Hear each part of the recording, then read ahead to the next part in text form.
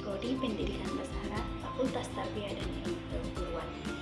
Jadi pada kesempatan ini saya akan membuat Q&A atau question and answer pada mata kuliah Tafsir dan Hadis Tarbawi dengan judul pembahasan yaitu etos kerja dalam pendidikan. Selamat menyaksikan. Baik, di sini saya akan membahas 3 question atau 3 pertanyaan, yang dimana pertanyaan pertama adalah apa sih pengertian etos kerja dalam pendidikan? Kemudian pertanyaan kedua adalah apa sih prinsip-prinsip etos kerja dalam pendidikan?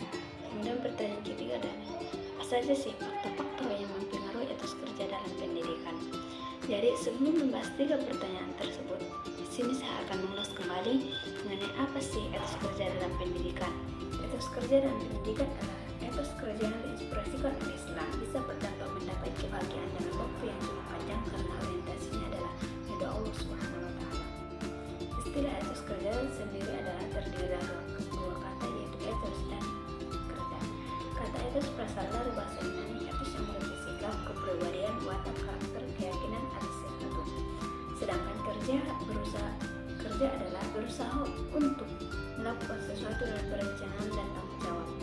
Etos kerja menurut istilah ini ialah sikap dan pandangan terhadap kerja, kebiasaan, ciri-ciri atau sifat-sifat mengenai cara kerja yang dimiliki seseorang atau suatu kelompok manusia atau suatu bangsa. Sedangkan etos kerja Islam ialah semua sikap, pandangan, kebiasaan, sikap-sikap atau sifat-sifat mengenai kerja tersebut berdasarkan nilai-nilai atau norma yang terdapat dalam Al-Quran dan Sunnah. Dalam etos tersebut ada semacam semangat untuk menyempurnakan segala sesuatu dan menghindari segala kerusakan atau fasad, sehingga setiap pekerjaan diarahkan untuk mengurangi bahkan menghilangkan sama sekali cacat dari hasil pekerjaan. Sikap seperti ini dikenal dengan nama ihsan, sebagaimana Allah menciptakan manusia dalam Islam memberikan pernikahan yang kuat pada kerja, seperti yang dijelaskan dalam Al-Quran. Bismillahirrahmanirrahim. Wa laysa lil insani illa ma sa'a tsumma yujzauna jazaa'al awfa, yang artinya dan bahwa manusia hanya memperoleh apa yang telah diusahakannya, dan sesungguhnya usahanya itu kelak akan diperhatikan kepadanya, kemudian akan diberi balasan kepadanya dengan balasan yang sempurna. Quran Surah An-Najm ayat 39-41. Etos kerja Islam ini sendiri berasal dari Al-Quran dan hadis Nabi Muhammad SAW yang mengajarkan bahwa dengan bekerja keras yang disebabkan karena telah berbuat dosa akan diampuni oleh Allah Subhanahu wa Ta'ala, dan tidak ada makanan yang lebih baik dibandingkan apa yang dimakan dari hasil jerih payahnya atau kerja kerasnya. Dalam hadis riwayat Tabrani yang berbunyi innallaha yuhibbu ahadukum amala ayyustima, yang artinya sesungguhnya Allah sangat mencintai jika seseorang melakukan suatu pekerjaan yang dilakukannya dengan itqan atau sempurna. Hadis riwayat Tabrani. Jadi setelah kita mengulas sedikit etos kerja dalam pendidikan, selanjutnya kita akan membahas question and A atau question and answer, yang dimana pertanyaan yang pertama, apa sih pengertian etos kerja dalam pendidikan? Etos kerja dalam pendidikan dalam bahasa Yunani, etos yang memberikan arti sikap, kepribadian, watak, karakter, serta keyakinan atas sesuatu. Sikap ini tidak saja dimiliki oleh individu, tetapi juga oleh kelompok bahkan masyarakat. Etos dibentuk oleh berbagai kebiasaan, pengaruh budaya, serta sistem nilai yang diyakininya. Dari kata etos ini dikenal pula kata etika.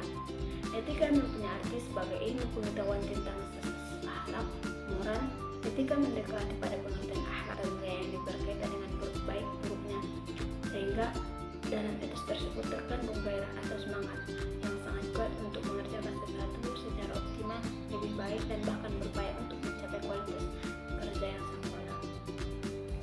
Baik, kemudian kita melanjutkan pertanyaan yang kedua, apa saja sih prinsip-prinsip etos kerja dalam pendidikan? Berdasarkan pada doktrin normatif Islam yang termaktub dalam Al-Quran dan As-Sunnah, konsep Islam merumuskan bahwa bekerja adalah hak dan kewajiban umat manusia sebagai realisasi ibadahnya kepada Allah Subhanahu wa Ta'ala. Adapun prinsip-prinsip dalam ajaran Islam tentang bekerja adalah sebagai berikut. Yang pertama, aktivitas kerja harus dijalankan berdasarkan prinsip ajaran Islam yang dapat dipahami melalui sumbernya. Bekerja harus dijalankan sesuai dengan kemampuan atau keahlian masing-masing. Dalam hadis Nabi Shallallahu Alaihi Wasallam yang menjelaskan bahwa apabila suatu buatan diserahkan kepada yang bukan ahlinya, maka tunggulah saat kehancurannya. Hadis Sahih riwayat Al-Bukhari. Kemudian yang ketiga, selalu bertujuan terhadap mutu dan kualitas hasil kerja yang Allah Subhanahu wa Ta'ala telah menegaskan dalam firman-Nya, itu yang artinya yang menjadikan mati dan hidup supaya Dia menguji kamu. Siapa di antara kamu yang lebih baik amalnya, dan Dia Maha Perkasa lagi Maha Pengampun. Keempat, segala aktivitas manusia di muka bumi selalu diawasi oleh Allah Subhanahu wa Ta'ala, Rasul dan masyarakat. Karenanya bahwa dilakukannya dengan penuh kejujuran, tanggung jawab dan keadilan. Yang kelima, suatu pekerjaan harus dilakukan dengan penuh semangat dan etos kerja yang tinggi. Hal ini telah digambarkan dalam sebuah hadis yakni sebagai orang yang baik tetap menabur benih kebaikan sekalipun hari kiamat akan datang. Yang terakhir, setiap orang berhak memperoleh imbalan dari apa yang telah ia kerjakan. Hal ini merupakan konsep penting dalam ajaran agama. Konsep imbalan ini tidak hanya berlaku pada prinsip kerja di dunia, tetapi juga berlaku atas perbuatan baik kita untuk kepentingan Allah. Masuklah kita ke pertanyaan yang terakhir, yang dimana pertanyaannya apa saja sih prinsip-prinsip etos kerja dalam pendidikan. Secara umum, faktor-faktor yang mempengaruhi etos kerja dalam golongan ke dalam dua klasifikasi, yaitu faktor internal dan faktor eksternal. Yang pertama, faktor internal.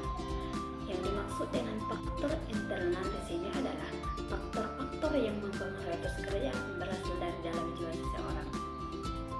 Yang termasuk ke dalam kategori ini adalah faktor motivasi sebagai untuk bekerja, dalam bekerja, bahkan dalam seluruh aktivitas manusia. Motivasi merupakan faktor yang sangat penting. Tentang betapa pentingnya faktor ini, Delia Arnott menyatakan bahwa para pakar yang telah lama berkecimpung dalam manajemen dan telah banyak mengamati orang-orang yang sukses menemukan bahwa faktor paling penting untuk meraih sukses adalah motivasi. Secara lebih spesifik, Stries and Porter menguraikan tanya 3 komponen penting di dalam motivasi, yaitu yang pertama, energi, yaitu sesuatu yang mendorong atau menentukan tingkah laku. Yang kedua, dressing, yaitu sesuatu yang membimbing atau mengerahkan tingkah laku. Yang terakhir, maintaining, yaitu sesuatu yang memelihara dan menindaklanjuti tingkah laku. Kemudian yang kedua, faktor eksternal. Adapun yang dimaksud dengan faktor eksternal yang dapat mempengaruhi etos kerja adalah rangsangan yang datang dari luar diri seseorang. Faktor tersebut terutama pengaruh dari lingkungan, baik lingkungan rumah di mana seseorang tingkah laku, lingkungan tempat seseorang bekerja. Banyak masalah-masalah yang timbul di rumah tangga seperti masalah hubungan dengan istri, anak, tetangga, dan rekan bekerja membawa dampak buruk atau baik tersebut etos kerja seseorang. Menurut Horigeni, faktor-faktor yang mempengaruhi tinggi rendahnya etos kerja yang berasal dari faktor eksternal ada 6, yaitu yang pertama, hubungan yang harmonis antara pimpinan dan bawahan, terutama antara pimpinan kerja yang sehari-hari langsung berhubungan dan berhadapan dengan para kerja di bawahnya. Kemudian yang kedua, kepuasan para pekerja terhadap tugas dan pekerjaannya karena memperoleh tugas yang disukai.